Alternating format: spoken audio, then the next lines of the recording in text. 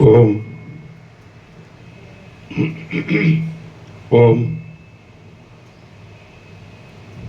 परम चिदाकाश, परम ज्योति, अखंड ज्योति, महाचिदाकाश, स्वयं प्रकाश, संपूर्ण प्रकाश, पूर्ण ब्रह्म, अनंत तेजगण, अनंत चितगण, परमाकाश, अनंत शुद्ध तेजगण, परमाकाश, केवल अनंत शुद्ध तेजगण, परमाकाश, अखिल आत्मा, पूर्ण ब्रह्म, परमात्मा, परम चिदाकाश, परम ज्योति, अखंड ज्योति, अनंत पूर्ण परम चिदाकाश, परम शांति,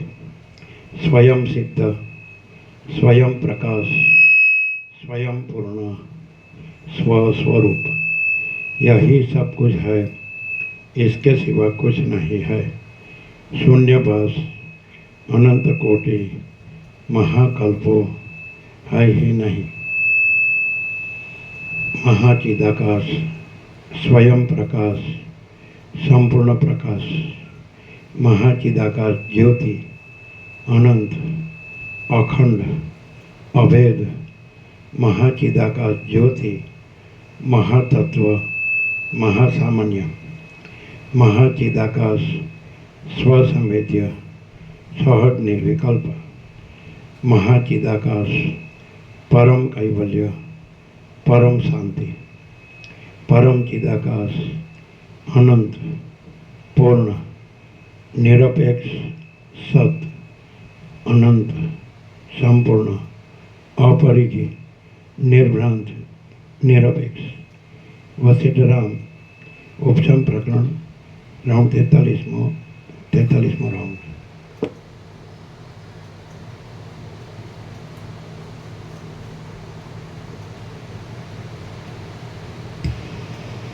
आद्य परब्रह्म सद्गुरुदेव की जय। ओम श्री परमात्मने नमः। સદગ્રંથોમાં શિરોમણી શ્રી યોગ વાસિષ્ઠ મહારામાયણ ઉપશમ પ્રકરણ પાના નંબર 554 સર્ગ ત્રીજો। વસિષ્ઠાદિ સર્વ સભાસ્થાનમાં વસિષ્ઠાદિ સર્વનું સભાસ્થાનમાં આગમન। આ ત્રીજા સર્ગમાં પોતાને ઘેર આવેલા રામ આદિ લોકોને સાથે લઈ વસિષ્ઠ મુનિ સભામાં પધાર્યાની અને વ્યાખ્યાનની સઘળી સગવડ થયાની કથા કહેવામાં આવશે।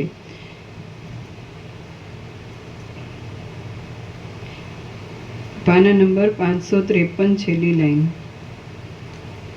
પછી જાણે કોઈએ વાળી નાખ્યા હોય તેમ આકાશમાં તારાઓ ઝાંખા પડી ગયા અને દિશાઓ અંધારાની થોડી થોડી શ્યામતામાં કાંઈક રતાશથી મિશ્રિત થઈ ગઈ।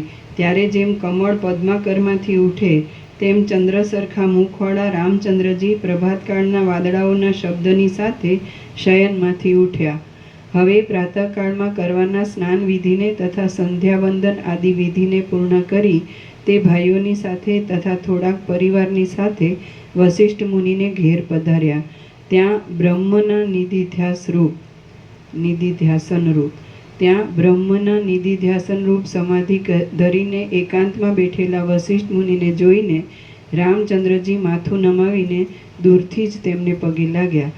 વિનયવાળા એ લોકો વસિષ્ઠ મુનિને પ્રણામ કરીને જ્યાં સુધી અંધકાર ટળી જઈને સઘળી દિશાઓ સ્વચ્છ થઈ ત્યાં સુધી એમના આંગણામાં જ ઊભા રહ્યા।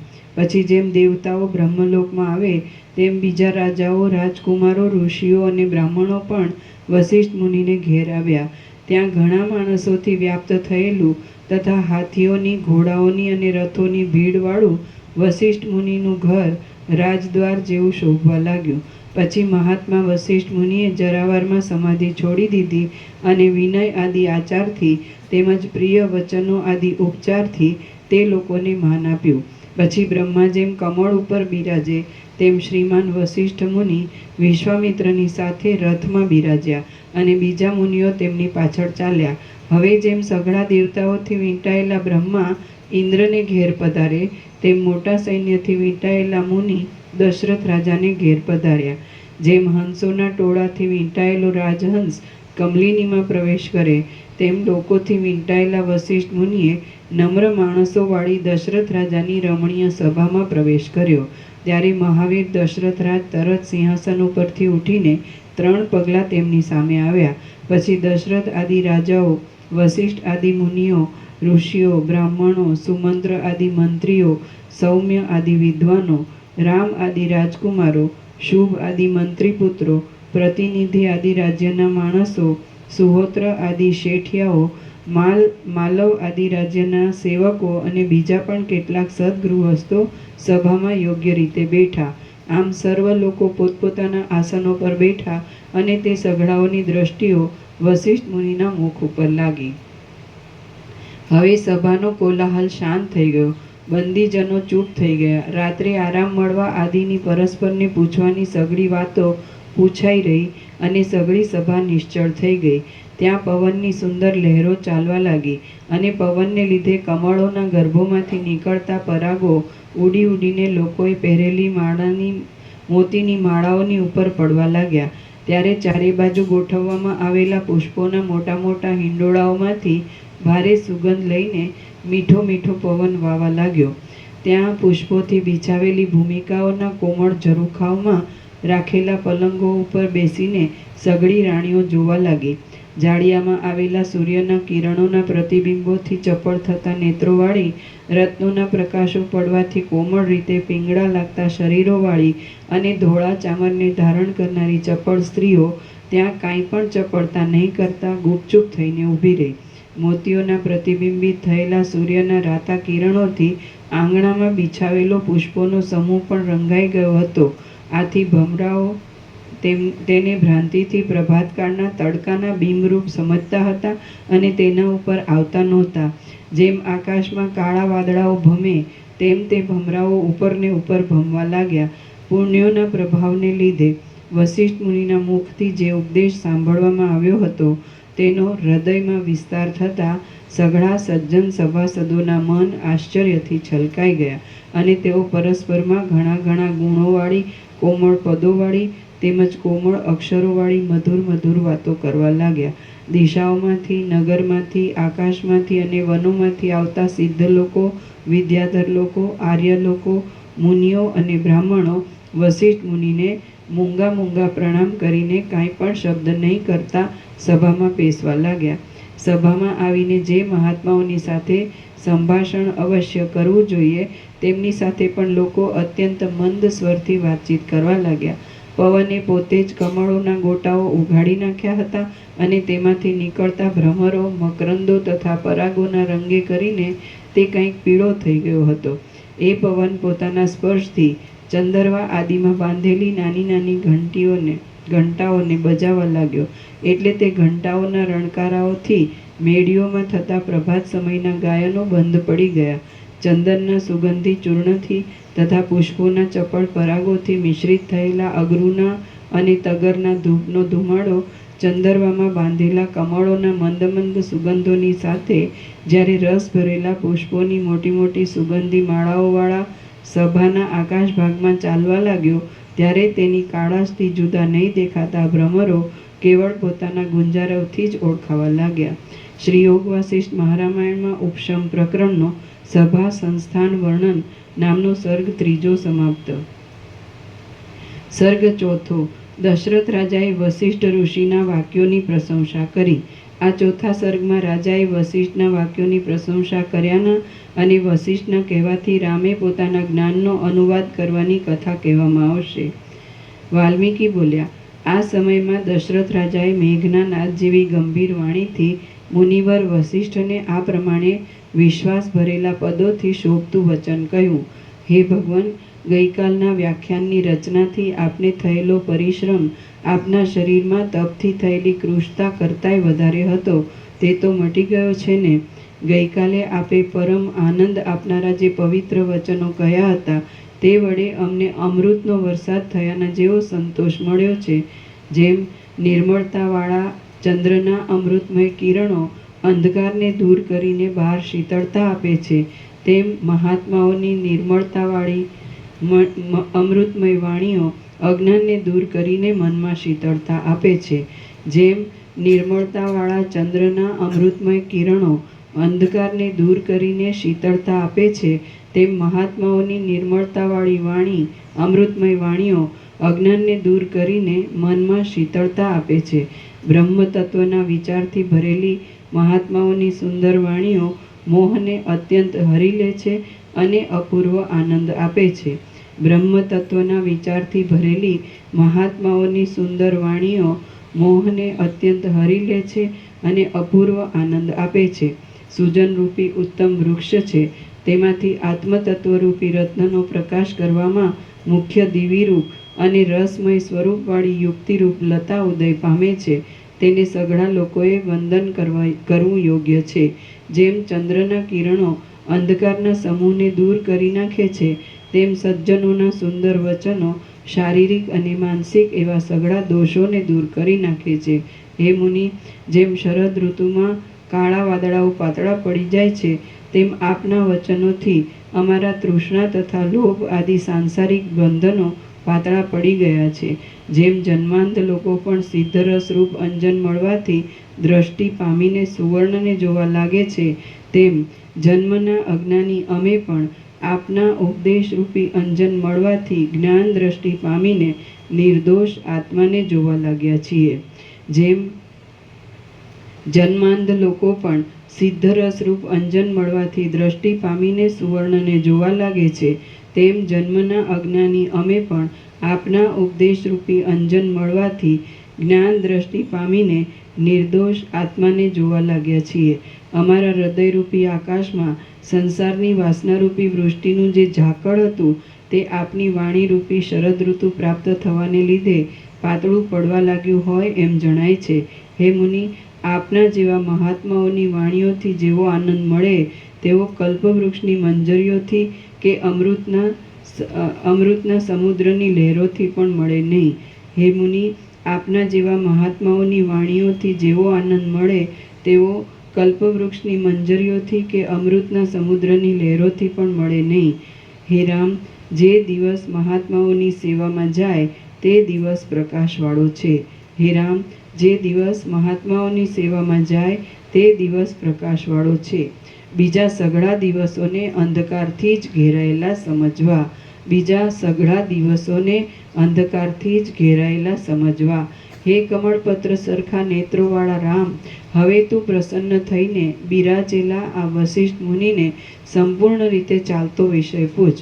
દશરથ રાજાએ એ પ્રમાણે કહ્યું ત્યારે સન્મુખ બેઠેલા ઉદારચિત્ત મહાત્મા વસિષ્ઠ મુનિએ રામને નીચે પ્રમાણે કહ્યું. વસિષ્ઠ બોલ્યા, હે રઘુકુળમાં મુખ્ય ચંદ્રરૂપ, હે મહાબુદ્ધિમાન, હે રામ, મારા કહેલા વાક્યોનો અર્થ તમારા સ્મરણમાં છે ને? એ વાક્યોના અર્થનો તમે પૂર્વાપર વિચાર કર્યો છે ને? હે શત્રુઓને હણનારા, સત્વ આદિ ગુણોના ભેદથી મેં જીવોની જે પ્રકારની વિચિત્ર ઉત્પત્તિઓ કહી તેમના વિભાગોનું તમને સ્મરણ છે ને? બ્રહ્મનું સર્વ જગતરૂપપણું તથા સર્વ જગતથી રહિતપણું મેં જે તમને કહ્યું છે તે તમારા સ્મરણમાં છે ને? તમે તે પ્રમાણે બ્રહ્મ સ્વરૂપ ચોખ્ખી રીતે સમજ્યા છો ને? તમે આ અનિર્વચનીય જગત જે રીતે સર્વદા બ્રહ્મરૂપ છે તે તમારા ધ્યાનમાં છે ને?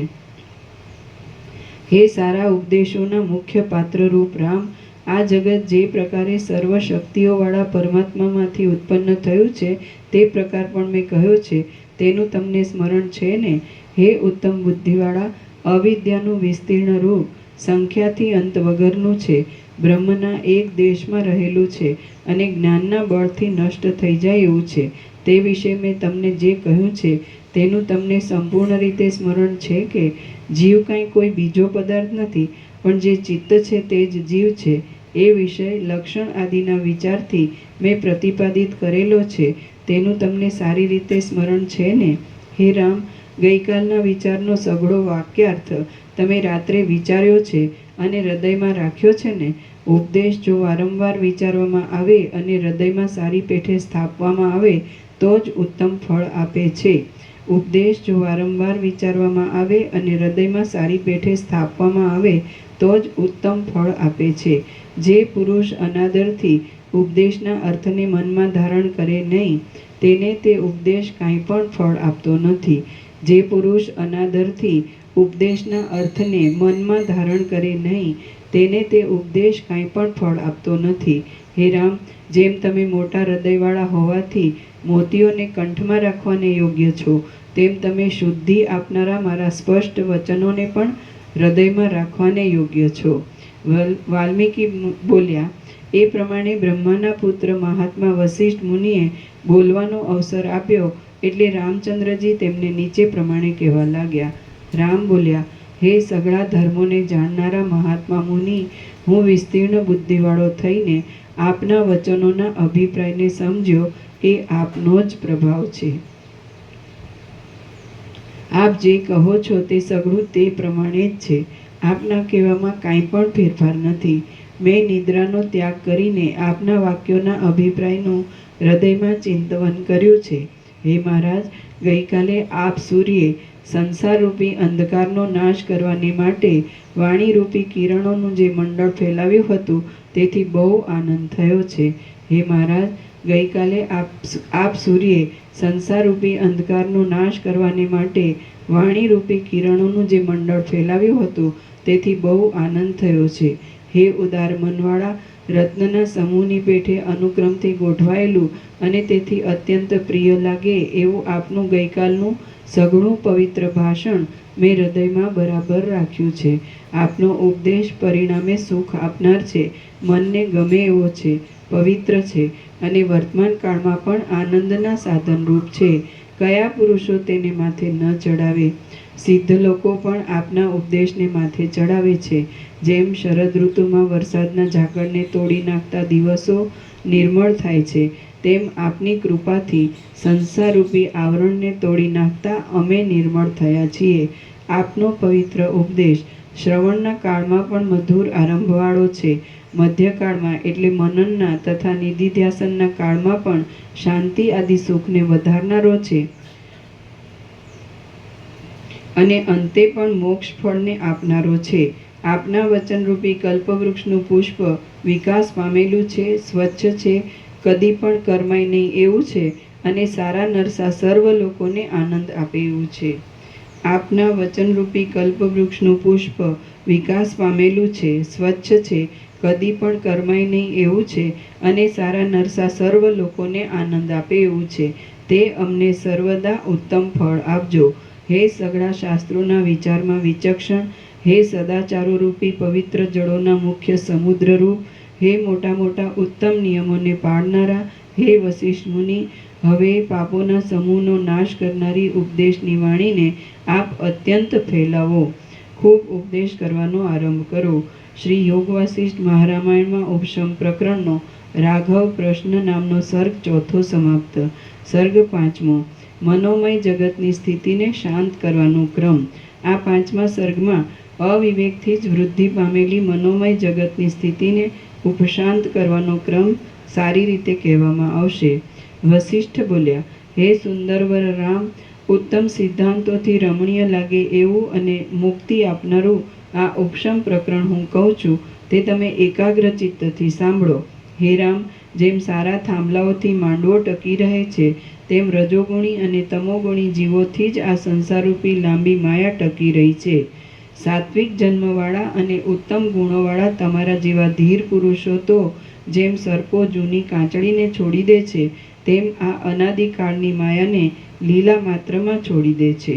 હે રામ, શુદ્ધ સાત્વિક જન્મવાળા અથવા રજોગુણથી મિશ્રિત એવા સાત્વિક જન્મોવાળા જે સમજુ પુરુષો હોય છે, તેઓ જગતના કારણોની પરંપરાનો વિચાર કરે છે. શાસ્ત્રોના, સજ્જનોના અને શુભ કાર્યોના સંગથી જેમના પાપ ટળી ગયા હોય છે, તે પુરુષોની બુદ્ધિ સત્ય પદાર્થનું અવલોકન કરવામાં દીવા જેવી થાય છે. પોતાની રુચિ વડે અને પોતાની બુદ્ધિથી જ વિચાર કરીને જ્યાં સુધી જાણવા યોગ્ય વસ્તુ જાણી ન હોય ત્યાં સુધી તે વસ્તુની પ્રાપ્તિ થતી નથી. હે રામ, બુદ્ધિવાળા, નીતિવાળા, ધીર અને ઉત્તમ કુળમાં જન્મેલા રજોગુણથી મિશ્રિત એવા સાત્વિક જાતિવાળાઓમાં તમે મુખ્ય છો. તમે આ જોવામાં આવતા સંસારના આરંભોમાં શું સાચું છે અને શું ખોટું છે એ પોતાની મેળે જ વિચારો અને વિચારીને જે સત્ય હોય તેમાં તત્પર થાઓ. જે વસ્તુ આદિમાં પણ ન હોય અને અંતમાં પણ ન હોય તેની સત્યતા કેવી હોય? જે આદિમાં પણ અવિચળ હોય અને અંતમાં પણ અવિચળ હોય તે જ સત્ય કહેવાય, બીજું સત્ય ન કહેવાય. જે વસ્તુ આદિમાં તથા અંતમાં રહેનાર ન હોય તે વસ્તુમાં જેનું મન આસક્ત થાય છે તે પશુ જેવો મૂઢ છે. તે માણસને વિવેક શાથી થાય? આ સંસારમાં મન જ જન્મે છે, મન જ વધે છે અને બ્રહ્મ વિદ્યારૂપી ઉત્તમ વિચારથી મન જ મોક્ષ પામે છે.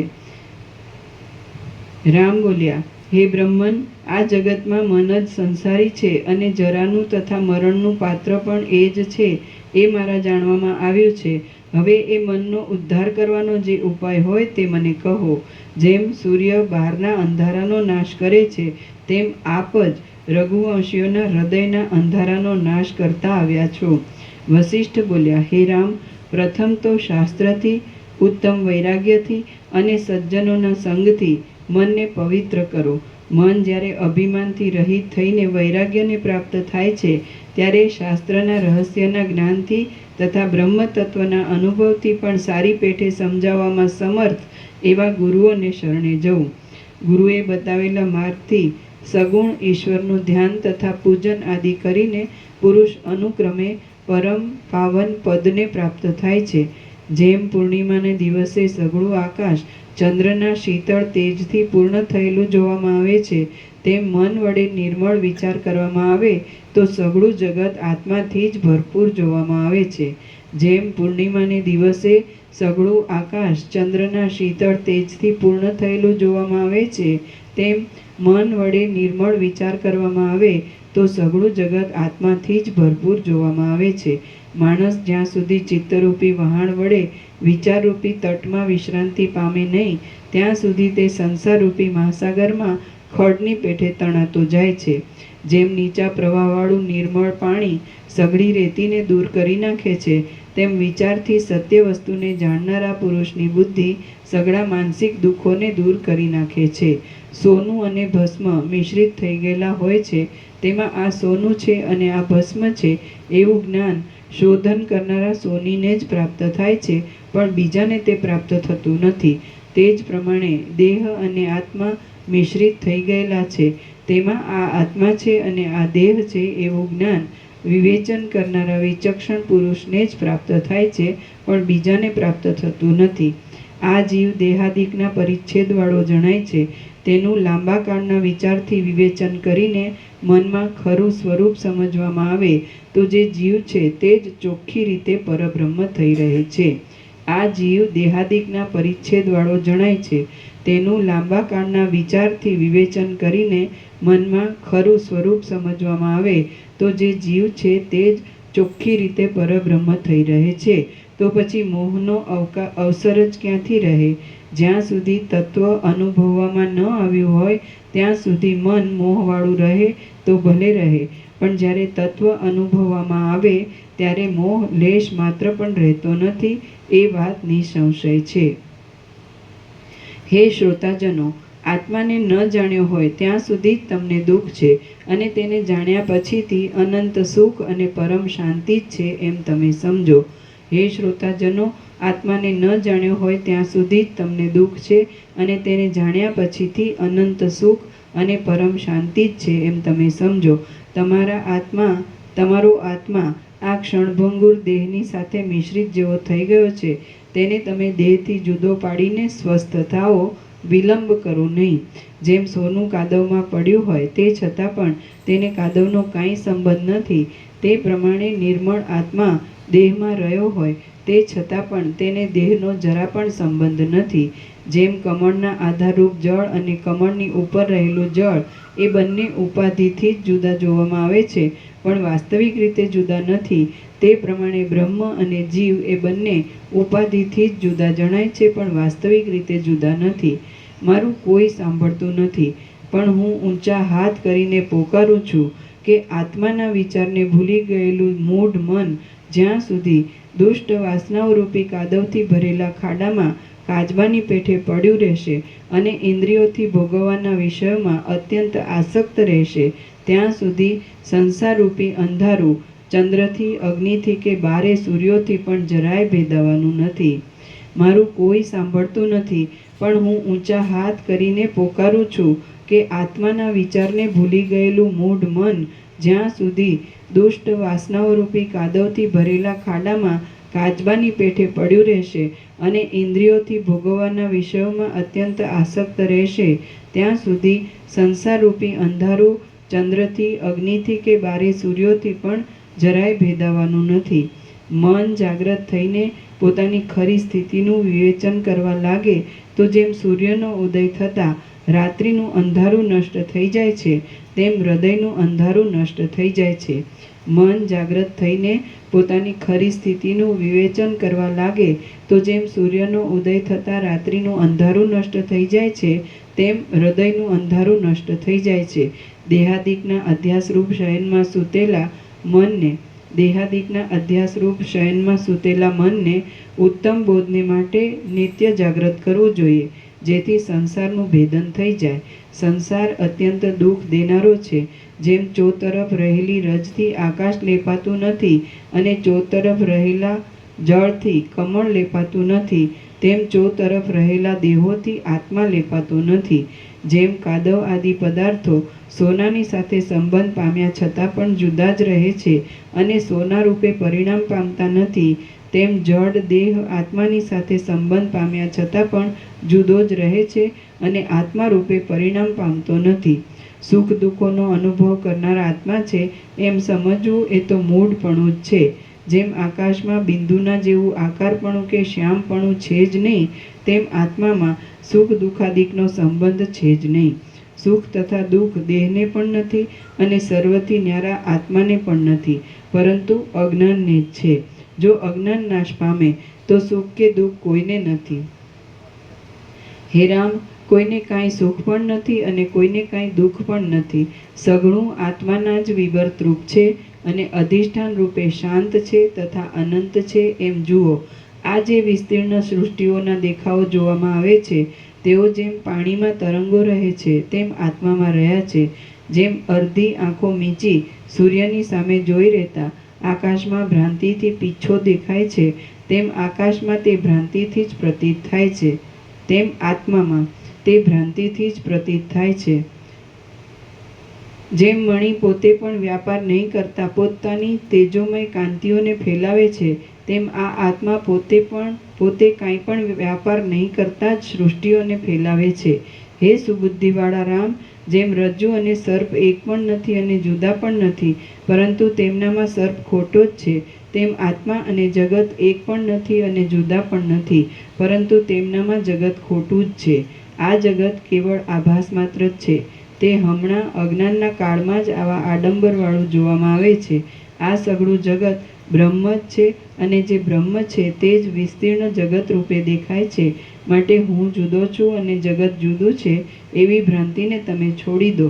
હે રામ, જેમ વિસ્તીર્ણ મહાસાગરમાં તરંગ આદિ વિભાગો સાચા સંભવતા નથી, તેમ દેશના, કાળના તથા વસ્તુના પરિચ્છેદથી રહિત પરબ્રહ્મમાં જગત આદિ કલ્પનાઓ સાચી સંભવતી જ નથી. જેમ અગ્નિમાં હિમનો કણ હોતો જ નથી, તેમ સર્વમય અને એક એવા પરમાત્મામાં બીજી કલ્પના છે જ નહીં. જેમ અગ્નિમાં હિમનો કણ હોતો જ નથી, તેમ સર્વમય અને એક એવા પરમાત્મામાં બીજી કલ્પના છે જ નહીં. જીવ જો તદાકાર મનથી પોતે જ પોતાના ચૈતન્યમય સ્વરૂપની ભાવના કરે છે, તો પોતે મલિનતા વિનાના તથા માયાની કુટિલતા વિનાના પોતાના જ સ્વરૂપમાં આનંદ કરે છે. હે રામ, આ સંસારમાં શોક પણ નથી, મોહ પણ નથી, જન્મ પણ નથી અને જન્મવાળા પણ નથી, પણ જે સર્વનું અધિષ્ઠાન બ્રહ્મ છે તે જ છે. માટે તમે સંતાપ કરવો છોડી દો. હે રામ, આ સંસારમાં શોક પણ નથી, મોહ પણ નથી, જન્મ પણ નથી અને જન્મવાળા પણ નથી, પણ જે સર્વનું અધિષ્ઠાન બ્રહ્મ છે તે જ છે. માટે તમે સંતાપ કરવો છોડી દો. હે રામ, તમે શીત ઉષ્ણ આદિ દ્વંદ્વોથી રહિત થાઓ. સર્વદા સત્વગુણમાં રહીને માનસિક વિક્ષેપોથી રહિત થાઓ. શરીરના યોગક્ષેમની ચિંતા છોડી દો. ધીરજ ધરો. દ્વૈતની આસક્તિથી મુક્ત થાઓ અને સંતાપથી રહિત થાઓ. હે રામ, તમે સમબુદ્ધિવાળા થાઓ, સ્વસ્થ થાઓ, સ્થિર મનવાળા થાઓ, શોક રહિત મનવાળા થાઓ, મનન કરનારા થાઓ, ઉત્તમ મણીની પેઠે સ્વચ્છ થાઓ અને સંતાપથી રહિત થાઓ. હે રામ, તમે દેહાદિકમાં અહમતા મમતાથી રહિત થાઓ, સંકલ્પોથી રહિત થાઓ, ધીર બુદ્ધિવાળા થાઓ, અંતઃકરણને જીતો, આવી પડેલા વ્યવહારને અનુસરો અને સંતાપથી રહિત થાઓ. હે રામ, તમે આસક્તિથી રહિત થાઓ, પરિશ્રમથી રહિત થાઓ, મળોથી તથા પાપોથી રહિત થાઓ. આ ગ્રાહ્ય છે અને આ ત્યાજ્ય છે એવા આગ્રહથી રહિત થાઓ અને સંતાપથી રહિત થાઓ. હે રામ, તમે જગતથી ન્યારા પદમાં રહો. પામવા યોગ્ય વસ્તુને પામીને પૂર્ણ થાઓ. ભરપૂર સમુદ્રની પેઠે ક્ષોભ રહિત થાઓ અને સંતાપથી રહિત થાઓ. હે રામ, તમે વિકલ્પોના સમૂહથી છૂટા થાઓ, માયારૂપી લેપથી રહિત થાઓ, પોતાથી જ પોતામાં તૃપ્ત રહો અને સંતાપથી રહિત થાઓ. હે આત્મવેત્તાઓમાં ઉત્તમ રામ, તમે પારથી તથા અંતથી રહિત સ્વરૂપવાળા થાઓ. મનમાં મેરુ પર્વતના જેવી ધીરજરૂપ દ્રઢતાવાળા થાઓ અને સંતાપથી રહિત થાઓ. હે રામ, તમે આપમેળે આવી મળે તે સુખોનો અનુભવ કરો. કોઈ વસ્તુની ઈચ્છા ન રાખો. આ ગ્રાહ્ય છે તથા આ ત્યાજ્ય છે એવો આગ્રહ છોડી દો અને સંતાપથી રહિત થાઓ. હે રામ, તમે પૂર્ણ મહાસાગરની જેમ પોતામાં પોતાથી જ મોટાઈ પામો અને પૂર્ણચંદ્રના બિંબની જેમ પોતામાં પોતાથી જ શીતળતા પામો. હે સુંદર રામ, જગતની આ સઘળી રચના મિથ્યા જ છે. જ્ઞાની પુરુષ મિથ્યા પદાર્થ ઉપર દોડ કરે જ નહીં. તમે આત્મવેત્તા છો, કલ્પનાઓથી રહિત છો, દુઃખોથી રહિત છો અને સર્વદા પ્રકાશમાન છો. આથી તમે શોકથી રહિત થાઓ. તમારા પિતા જ્યારે તમને પૃથ્વીનું ચક્રવર્તી રાજ્ય આપે ત્યારે તમે સઘળા ગુણોથી રાજાઓને રાજી રાખજો અને સમદ્રષ્ટિથી લાંબા કાળ સુધી પ્રજાઓનું સારી રીતે પાલન કરજો. આત્મવેત્તાએ કર્મોનો ત્યાગ કરવો પણ યોગ્ય નથી અને કર્મોમાં આસક્તિ રાખવી પણ યોગ્ય નથી. શ્રી યોગ વાસિષ્ઠ મહારામાયણમાં ઉપશમ પ્રકરણનો પ્રથમોપદેશ નામનો સર્ગ 5મો સમાપ્ત. સર્ગ 6. છેલ્લા જન્મવાળા જ્ઞાનીને જીવન મુક્તિ માટે ગુણ પ્રાપ્તિનો ક્રમ. આ 6થા સર્ગમાં કર્મની ગતિઓ કહ્યા પછી છેલ્લા જન્મવાળાઓને જીવન મુક્તિને વાસ્તે થતી ગુણોની પ્રાપ્તિનો સામાન્ય ક્રમ કહેવામાં આવશે.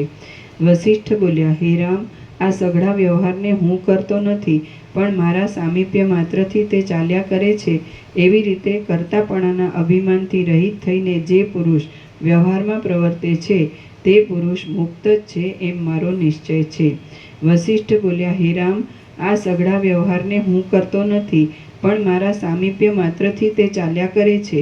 એવી રીતના કર્તાપણાના અભિમાનથી રહિત થઈને જે પુરુષ વ્યવહારમાં પ્રવર્તે છે તે પુરુષ મુક્ત જ છે એમ મારો નિશ્ચય છે.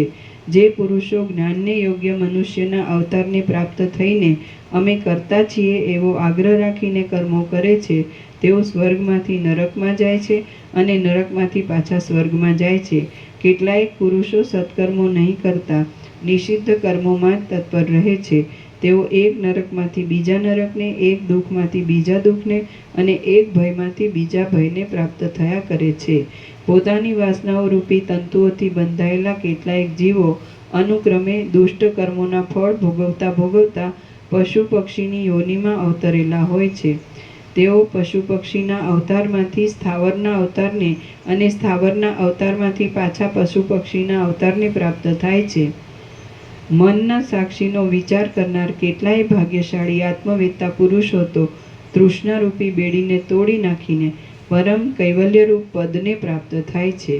મનના સાક્ષીનો વિચાર કરનાર કેટલાય ભાગ્યશાળી આત્મવેત્તા પુરુષો તો તૃષ્ણારૂપી બેડીને તોડી નાખીને પરમ કૈવલ્યરૂપ પદને પ્રાપ્ત થાય છે. હે રામ, પ્રથમ કેટલાયક બીજા અવતારોને ભોગવીને જે પુરુષ અહીં રજોગુણ મિશ્રિત સાત્વિક જન્મવાળો થયો હોય તે પુરુષ સત્સંગ આદિના પ્રભાવથી બ્રહ્મ વિદ્યાને પ્રાપ્ત થાય છે. હે રામ, પ્રથમ કેટલાયક બીજા અવતારોને ભોગવીને જે પુરુષ અહીં રજોગુણ મિશ્રિત સાત્વિક જન્મવાળો થયો હોય તે પુરુષ સત્સંગ આદિના પ્રભાવથી બ્રહ્મ વિદ્યાને પ્રાપ્ત થાય છે અને આ જન્મમાં જ મુક્ત થાય છે. રજોગુણ મિશ્રિત સાત્વિક જન્મવાળો પુરુષ જન્મે ત્યાંથી જ પૂર્ણિમાના ચંદ્રની પેઠે વૃદ્ધિ પામે છે. જેમ વર્ષા ઋતુમાં ઇન્દ્રજવના છોડને પુષ્પોની શોભા પોતાની મેળે જ પ્રાપ્ત થાય છે, તેમ એ પુરુષને એ જન્મમાં વૈરાગ્ય આદિ સાધનોની સંપત્તિ પોતાની મેળે જ પ્રાપ્ત થાય છે. હે મોટી બુદ્ધિવાળા રામ, જેમ ઉત્તમ વાંસમાં મુક્તા ફળો તરત જ પ્રકટ થાય છે, તેમ એ છેલ્લા જન્મવાળા પુરુષમાં શુભ વિદ્યાઓ તરત જ પ્રકટ થાય છે. જેમ રાણીઓ અંતઃપુરનું સર્વદા સેવન કરે છે, તેમ શ્રેષ્ઠતા, પ્રિયતા, મૈત્રી, સૌમ્યતા, કરુણા અને વિદ્વત્તા તે પુરુષનું સર્વદા સેવન કરે છે.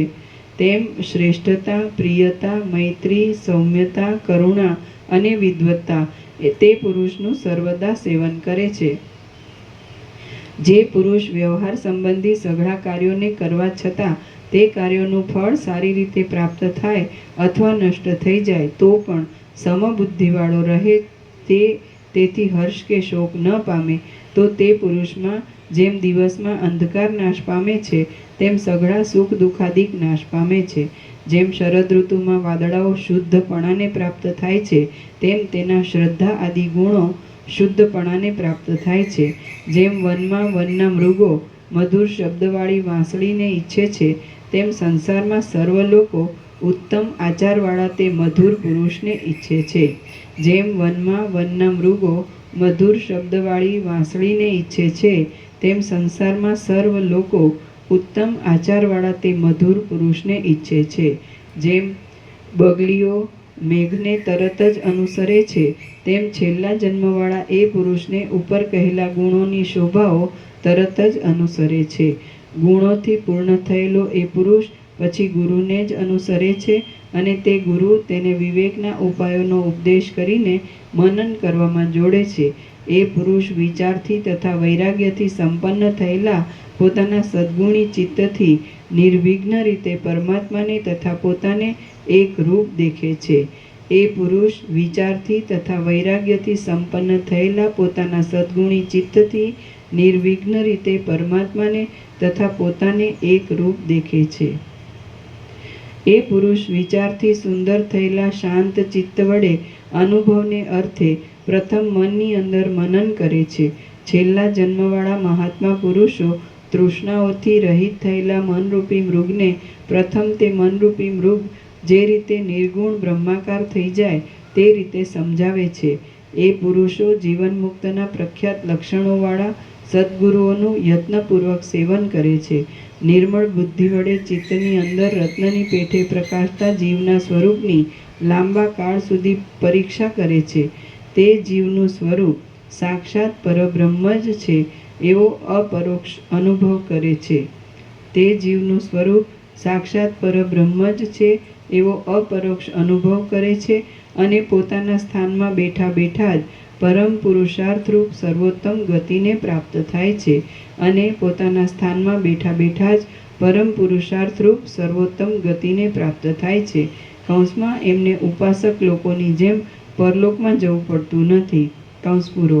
શ્રી યોગ વાસિષ્ઠ મહારામાયણમાં ઉપદેશ પ્રકરણનો પ્રથમોપદેશ નામનો સર્ગ છઠ્ઠો સમાપ્ત. સર્ગ સાતમો. વ્યુત્પન્ન ચિત્તવાળાને અચાનક જ્ઞાન પ્રાપ્તિ થાય છે. આ સાતમા સર્ગમાં પોતાના જ વિચારથી કંઈક વ્યુત્પન્ન થયેલા ચિત્તવાળાઓને આકાશમાંથી પડેલા ફળની જેમ અચાનક જ્ઞાનની પ્રાપ્તિ થાય છે એ કહેવાશે. વસિષ્ઠ બોલ્યા, હે કમળ સરખા નેત્રોવાળા રામ, લાંબા કાળ સુધી ગુરુનું સેવન કરીને તેમની પાસેથી જ્ઞાન મેળવવાનો આ ક્રમ સર્વ મનુષ્યોને વાસ્તે સાધારણ છે. હવે એક બીજો વિશેષ ક્રમ કહું છું તે તમે સાંભળો. આ સંસારની મોટી ગરબડમાં ઉત્પન્ન થયેલા પ્રાણીઓને મોક્ષ આપે એવા બે જ ઉત્તમ ક્રમ કયા છે. ગુરુના કહ્યા પ્રમાણે કરવાથી તથા ચાલવાથી ધીરે ધીરે એક જ જન્મમાં અથવા ઘણા જન્મોથી જ્ઞાન પ્રાપ્ત થાય એ પહેલો ક્રમ છે. પોતાના જ વિચારથી કાંઈક વ્યુત્પન્ન થયેલા ચિત્તવાળાઓને સમય પર આકાશમાંથી પડેલા ફળની પ્રાપ્તિની જેમ અચાનક જ્ઞાનની પ્રાપ્તિ થઈ જાય એ બીજો ક્રમ છે. આકાશમાંથી પડેલા ફળની જેમ અચાનક જ્ઞાનની પ્રાપ્તિ થવાના વિષયમાં એક જૂનો વૃત્તાંત કહું છું, તે સાંભળો. હે રામ, છેલ્લા જન્મવાળા અને જેમના પૂર્વકૃત પાપ પુણ્યરૂપી પ્રતિબંધો ટળી ગયા હોય એવા ભાગ્યશાળી લોકો આકાશમાંથી આવી પડેલા ફળના લાભ જેવો ઉત્તમ વિવેકનો લાભ મેળવી લે છે. એ વિશે હું એક કથા કહું છું, તે તમે સાંભળો. શ્રી યોગ વાસિષ્ઠ મહારામાયણમાં ઉપશમ પ્રકરણનો અચાનક જ્ઞાન પ્રાપ્તિ નામનો સર્ગ 7મો સમાપ્ત. સર્ગ 8મો, સિદ્ધ ગીતા. આ 8મા સર્ગમાં વસંત ઋતુમાં કોઈ બગીચાની અંદર વિહાર કરતા જનક રાજાએ સિદ્ધોના મુખોમાંથી નીકળેલા શુભ શ્લોકો સાંભળ્યાની કથા કહેવામાં આવશે.